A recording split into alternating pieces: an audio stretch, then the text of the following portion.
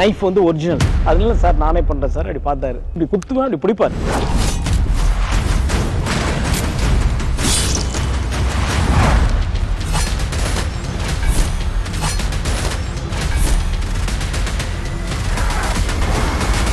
Jailer unlock super star Rajinikanth അഭിനയിച്ച mega block buster ചലച്ചിത്രം ജയിലറിന് പിന്നിലെ കഥ സബ് ടൈറ്റിലിനോടൊപ്പം നിങ്ങളുടെ സൺ നെക്സ്റ്റിൽ മാത്രം കണ്ടാസ്വദിക്കാം. ഇപ്പോൾ തന്നെ ആപ്പ് ഡൗൺലോഡ് ചെയ്യൂ.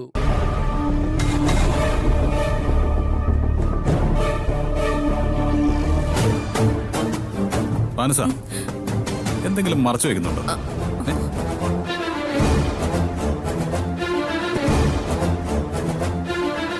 അർജുൻ, മാനസ അങ്ങനെ കള്ളം പറയില്ല. ആ, മാനസ കള്ളം പറയില്ല. എന്നാ മാനസ പറയാത്ത ചില കാര്യങ്ങൾ ഞാൻ പറയാം. ഈ മാനസിയും ശർമ്മയുടെ സഹോദരനും ഒരേ കമ്പനിയിലാണ് ദുബായിൽ ജോലി ചെയ്തിരുന്നത്. എന്താ മാനസ, ശരിയല്ലേ? അതെ, ശരിയാണ്. എന്റെ അരിയൻ സുനിലും മാനസയും ഒരേ കമ്പനിയിലാണ് ജോലി ചെയ്തിരുന്നത്. ആ, മാനസിയും തന്റെ സഹോദരനും കമ്പനിയുടെ ഓണറായ കുര്യൻ സാറുമായിട്ട് നല്ല ബന്ധമായിരുന്നു. എന്താ ശരിയല്ലേ മാനസ? വരട്ടെ.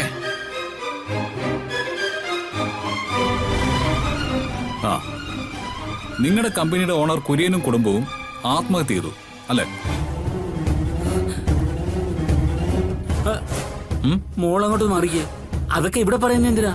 ദുബായിൽ നടന്ന കാര്യങ്ങള് സൂര്യയുടെ കേസുമായിട്ട് ബന്ധപ്പെടുത്തുന്നത് എന്തിനാ? അങ്കിള് വെപ്രാളപ്പെടാതെ, വെറുതെ ടെൻഷനൊന്നും ആവണ്ട. ആ കമ്പനിയിലും ഇതേപോലെ ഒരു കാശിന്റെ തിരിമറി ഉണ്ടായില്ലേ?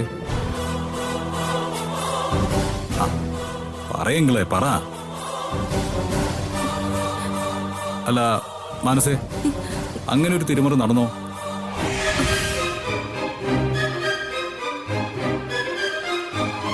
ആ കമ്പനിയിൽ നടന്ന കാര്യങ്ങളൊക്കെ ഞാൻ സാറിനോട് പറഞ്ഞതല്ലേ? കേട്ടില്ലേ? ശർമ്മ എല്ലാ കാര്യങ്ങളും എന്നോട് പറഞ്ഞു കഴിഞ്ഞു. ഇനി പറയേണ്ടത് നിങ്ങളാ. മാനസിയും മിസ്റ്റർ അജയനും നിങ്ങൾ പറയുന്നതും ശർമ്മ പറയുന്നതും തമ്മിൽ എന്തെങ്കിലും പൊരുത്തക്കേടുണ്ടോന്ന് അറിയാൻ വേണ്ടിയിട്ടാ. ആ, ഈ കോടതിയും പോലീസും ഒക്കെ ഇങ്ങനെ എല്ലാവരുടെയും മൊഴി പരിശോധിക്കും. അതിൽ ഈ പഴുതുകളുണ്ടോന്ന് അറിയാൻ വേണ്ടി.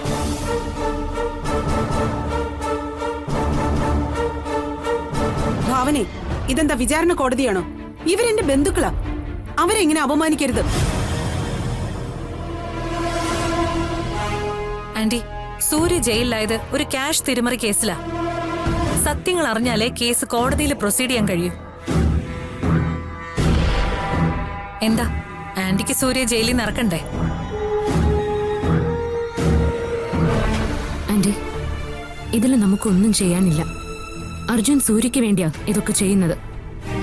സൂര്യക്ക് നീതി കിട്ടണമെങ്കിൽ നമ്മൾ ഇതിനോട് സഹകരിച്ചേ മതിയാവൂ.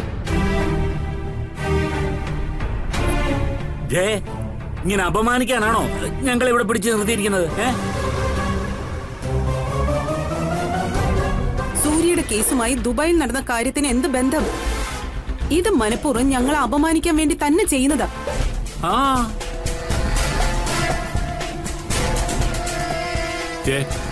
നീ ആവശ്യമില്ലാതൊന്നും ഇടപെടണ്ട. അർജുൻ നമുക്ക് വേണ്ടി ഇതെല്ലാം ചെയ്യുന്നേ എന്ന് കരുതി അവരുടെ ഒരു പരിചയക്കാരനെ ഇങ്ങനെ ഹരാസ് ചെയ്യേണ്ട കാര്യമുണ്ടോ? ഭാവനെ, നീ എന്താ ഒന്നും മിണ്ടാത്തെ? ആന്റി, സൂര്യയുടെ കാര്യത്തിൽ ഞാൻ അല്പസ്വാർത്ഥ്യം. എനിക്ക് എന്ത് വില കൊടുത്തും സൂര്യ പുറത്തിറക്കണം.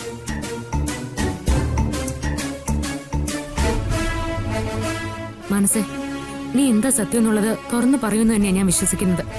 എനിക്ക് നിന്റെ വായിൽ നിന്ന് തന്നെ കേൾക്കണം.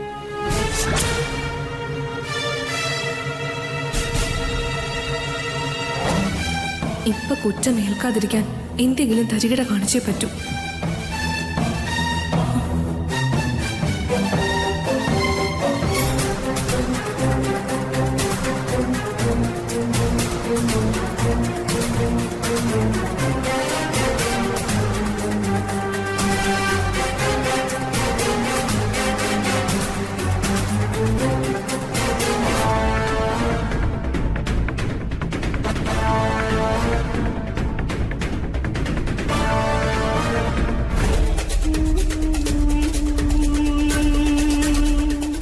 എന്താ മനസ്സ, നിനക്ക് സൂര്യയെ പുറത്തിറക്കണ്ടെന്നാണോ?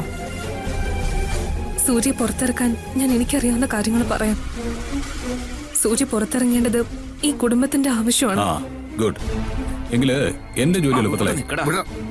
ആ ഞാനും ശർമാജിയുടെ അനിയനും കുര്യൻ സാറിന്റെ കമ്പനിയിലായിരുന്നു ജോലി ചെയ്തിരുന്നത്. ഞങ്ങള് നല്ല അടുപ്പത്തിലായിരുന്നു. കുര്യൻ സാറ് നാട്ടുകാരിൽ നിന്ന് പിരിച്ചെടുത്ത പണം അനാവശ്യമായി ചെലവാക്കി കമ്പനി കടത്തിലായി. അങ്ങനെ അദ്ദേഹം കുടുംബം ആത്മഹത്യ ചെയ്തു. ഇവളും കുടുംബവും കേസ് പയ്യുന്ന നാട്ടിലേക്ക് കടന്നു. എന്റെ അനുജൻ ജയിലിലുമായി. ശർമാജി, മാനസ പറയട്ടെ. മാനസ പറ. കുര്യൻ സാറ് നാട്ടുകാരിൽ നിന്ന് ഏകദേശം 5 കോടിയോളം ദിർഹം പിരിച്ചെടുത്തിരുന്നു.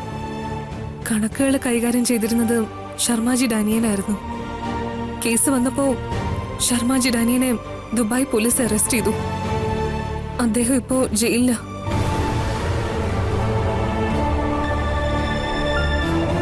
പറയുമ്പോ മറ്റൊന്നും തോന്നരുത്.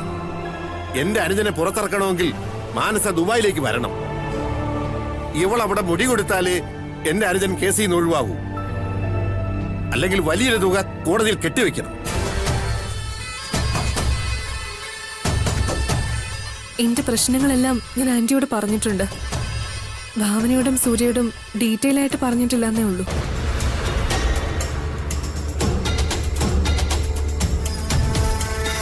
പിരിച്ചെടുത്ത 5 കോടി ദർഹത്തിൽ കുറെ കാശ് ആരോ കൈക്കലാക്കിയിട്ടുണ്ട്.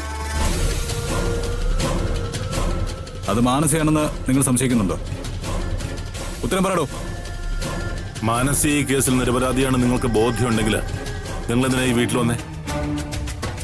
മാനസ ആ പണം കൊണ്ട് നാട്ടിലേക്ക് കടന്നു കളഞ്ഞു എന്നാണ് കുര്യന്റെ ബന്ധുക്കൾ പറയുന്നത്. അങ്ങനെയാണ് ഞാൻ നാട്ടിലേക്ക് വന്നത്.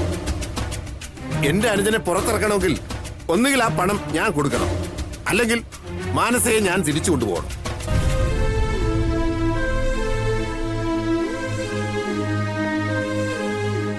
അതെ അർജുൻ, ഈ പറഞ്ഞത് സത്യമാണ്.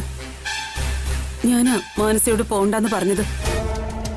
അല്ലെങ്കിൽ മാനസ ഇവിടുന്ന് പോവുമായിരുന്നു.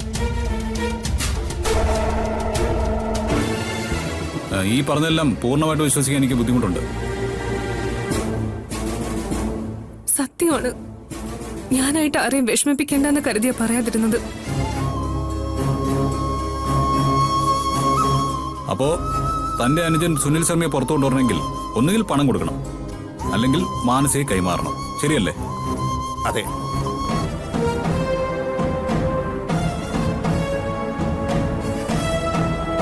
നിങ്ങൾ ഈ പറയുന്നൊന്നും എനിക്ക് ഉൾക്കൊള്ളാൻ പറ്റുന്നില്ല. ചിലപ്പോൾ ഞാനൊരു അഡ്വക്കേറ്റ് ആയതുകൊണ്ടാവും.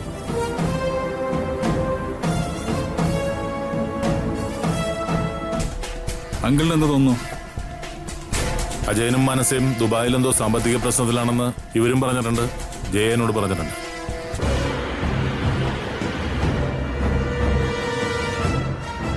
ഭാവന, തനിക്കെന്താ അഭിപ്രായം?